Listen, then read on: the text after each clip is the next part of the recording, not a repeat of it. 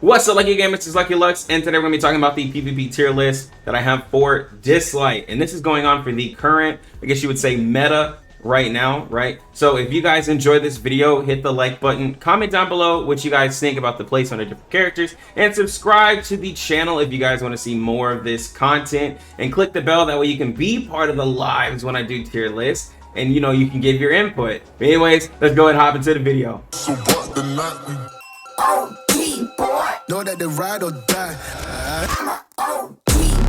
Know that the ride or die. Alright guys, so this is the PvP tier list for the current meta right now. Everything can change. This tier list will change. That's just what happens. Units get stronger as people start pushing to those perfect stats.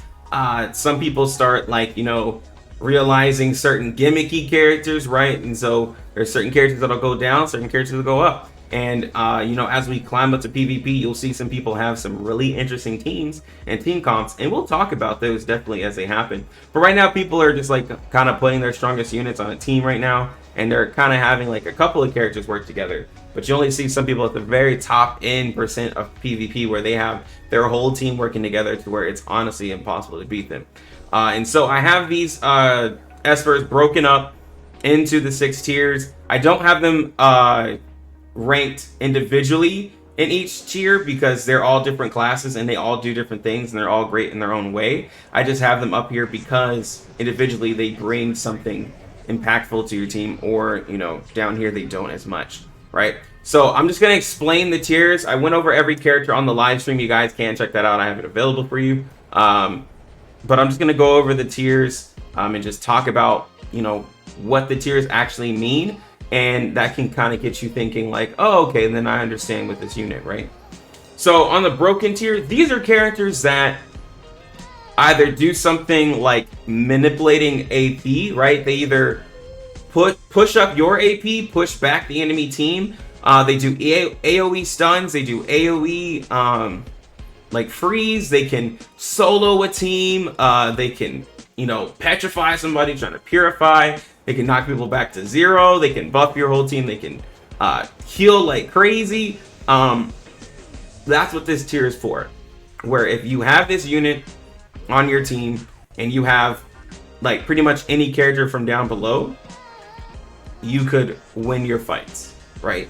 And that's what kind of my thought process is. Like, of course, these broken characters need characters from down the list, but you could have these characters and someone from, you know, below the list and do really good. If you have any 1, 2, or 3 combinations of some of these characters in this broken tier, then you have an almost unstoppable team, because a lot of them do a lot of things, right? When you talk about like Isis reviving a whole team, that is strong. When you talk about her name escapes me, but she can the fact that she can push AP. You got Hyde, he can solo a whole team. Long Mian, everybody uses him, therefore he's already strong, right? Then he has a speed imprint that's great. He can push people back. Also, you got Loki. Loki can extend the duration of debuffs. Like, there's a lot, you know, of people who are strong in this tier, and the fact that when they are able to do what they do, they can honestly win you 90% of your matches, especially if, like, when I'm talking about people who are on your tier. Right now, there's, of course, that 10% I leave for somebody who just has a bonkers team more than you. But again, these units are ones that are just really hard to beat, or really difficult to deal with, right? And it's really hard to counter them. So in very strong, these are units that are also very close to broken, right? I had to actually add this tier. I had it at first just strong, but I had to add this because these are units who can do something that can be terrible for you if it happens, but there's, like, you know, one flaw to it, right? Like, these are characters that you can win matches with them when they do what they do, but if just one thing goes wrong, then it kind of falls apart, really, right? You know, like Li Ling, amazing. Everybody pretty much has him. He does huge AoE damage with the true damage. He can then push himself up, right, with stealing the AP. He can do his 2, kill another unit. You can throw on Hades set with the counterattack set, and he can do a lot of damage. But he also can be stunned, and not many people build him with resistance. And you're not going to build him with immunity, right? So he's just going to get stunned, frozen. I do it all the time. And then he's just out of the fight. Like, he can't do anything. Same thing as a lot of these characters. They can just be shut down, and then you're just sitting there, right? And so that's why I'm saying, like, a lot of these characters here can't work. There's also characters here that manipulate AP. You have others like this girl right here, Lauren. She can push somebody up 50%. This one here can steal AP from the enemy team. This guy here can stun everybody. You got Donner. He can pretty much be a tank and hold his own, but he can still be shut down. You got what is it, Black Tortoise? I can't remember. It's Renzi. The fact that he can do an AoE taunt, that's really strong in PvP because pretty much you can counter people. Her right here, I cannot remember her name. I have to look and see, but she can do. Somebody might be asking. The reason I want to talk about her because she can put on the Nether Bloom stacks, and then she can silence random. That's with 2 random targets. Silence is really strong because she could silence the person who you use to dispel. She could silence like Long Nian. That's honestly pretty amazing, and the silence happens from just getting attacked 5 times. And there's a lot of units that you have that attack multiple times, like for instance this guy right here, he attacks 5 times with his hits. So there's an easy way with those Neverland stacks you can start silencing the team, especially if you do AP manipulation. You could have where they're silenced as well while they can attack. By the time they can attack, they can't do an attack. So again, these are characters here where very good. Some of them could probably be moved up to broken if you gave a good enough argument. We could definitely talk about it. And then some of these characters could probably move down if you gave a really good argument, and we talked about it.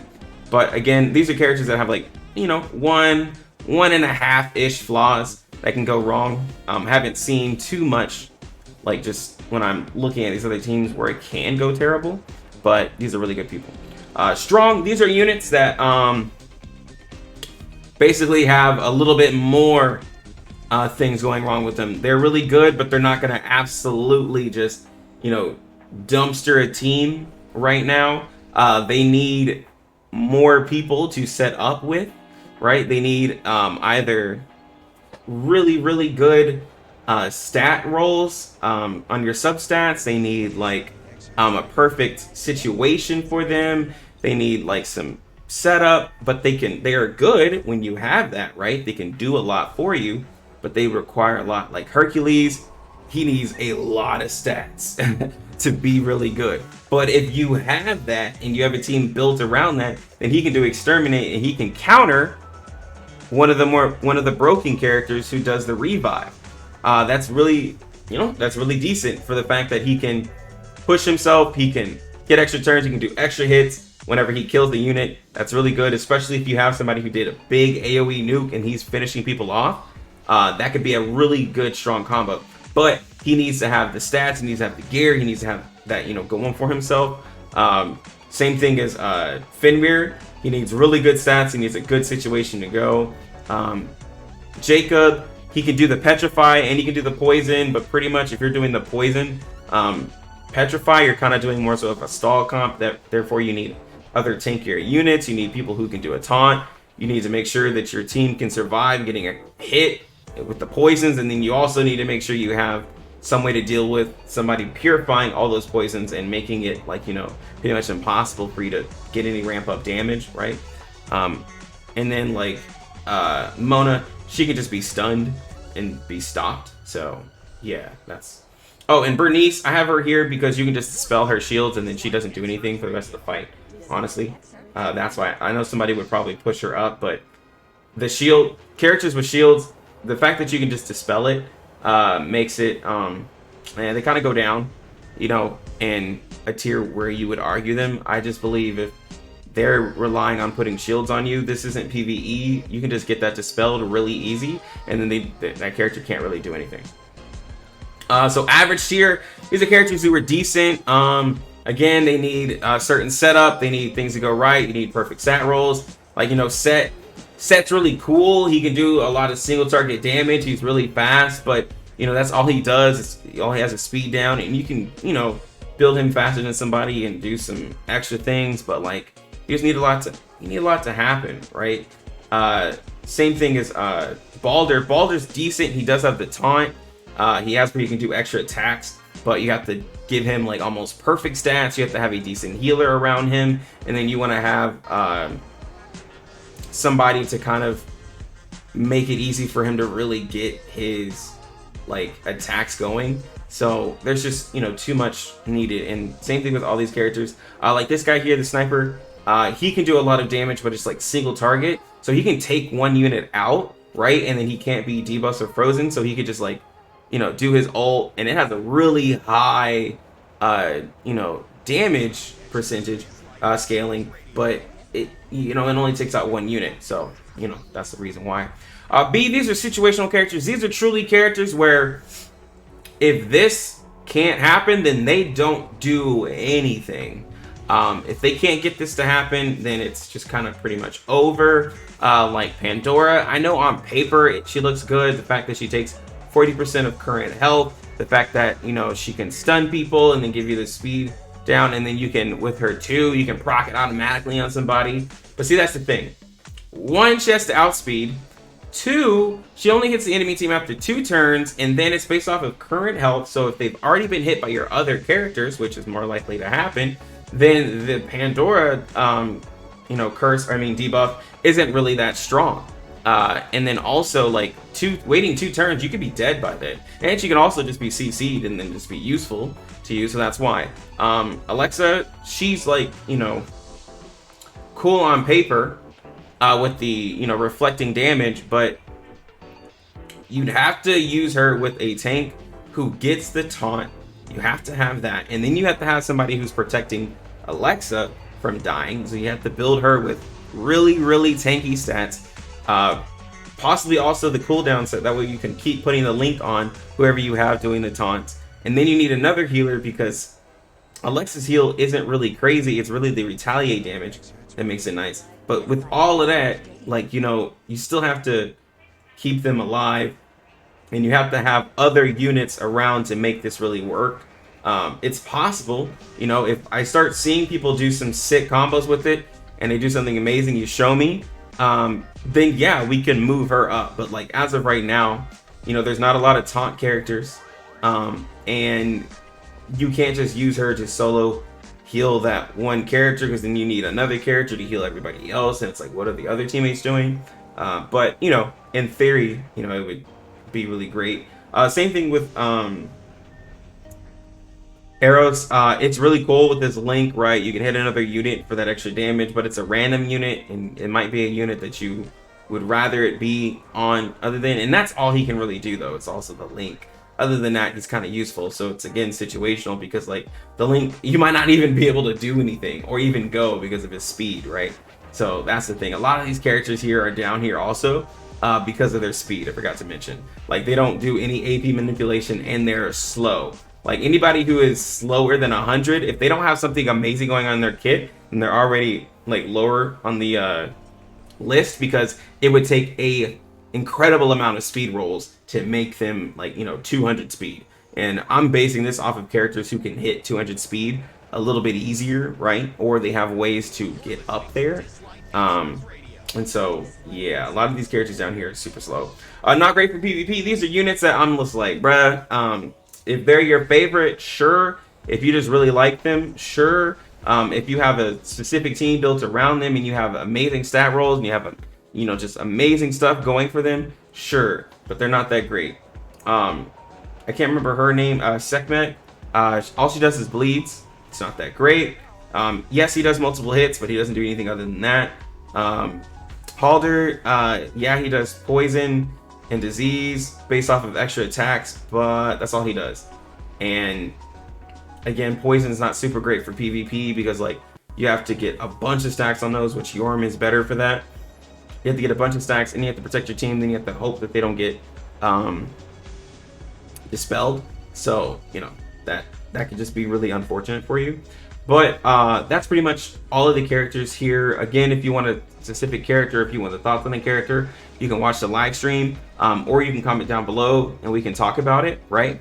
I would love to get you guys' input, and then if we need another stream for this, we can go over all these characters. And then if you guys, I mean, honestly, if you guys have some of these characters that are lower and you want to prove me wrong, you're like, hey bro, duel me, that's fine, it's whatever. I really don't care. If you really want to push your point, we can do this like civilized people and just discuss it. Hopefully a lot of you guys do agree with this, just based off the logic that I'm giving. And if you don't, just let me know. Just drop it in the comments. Don't be toxic, because we want to help out everybody with our thoughts and opinions.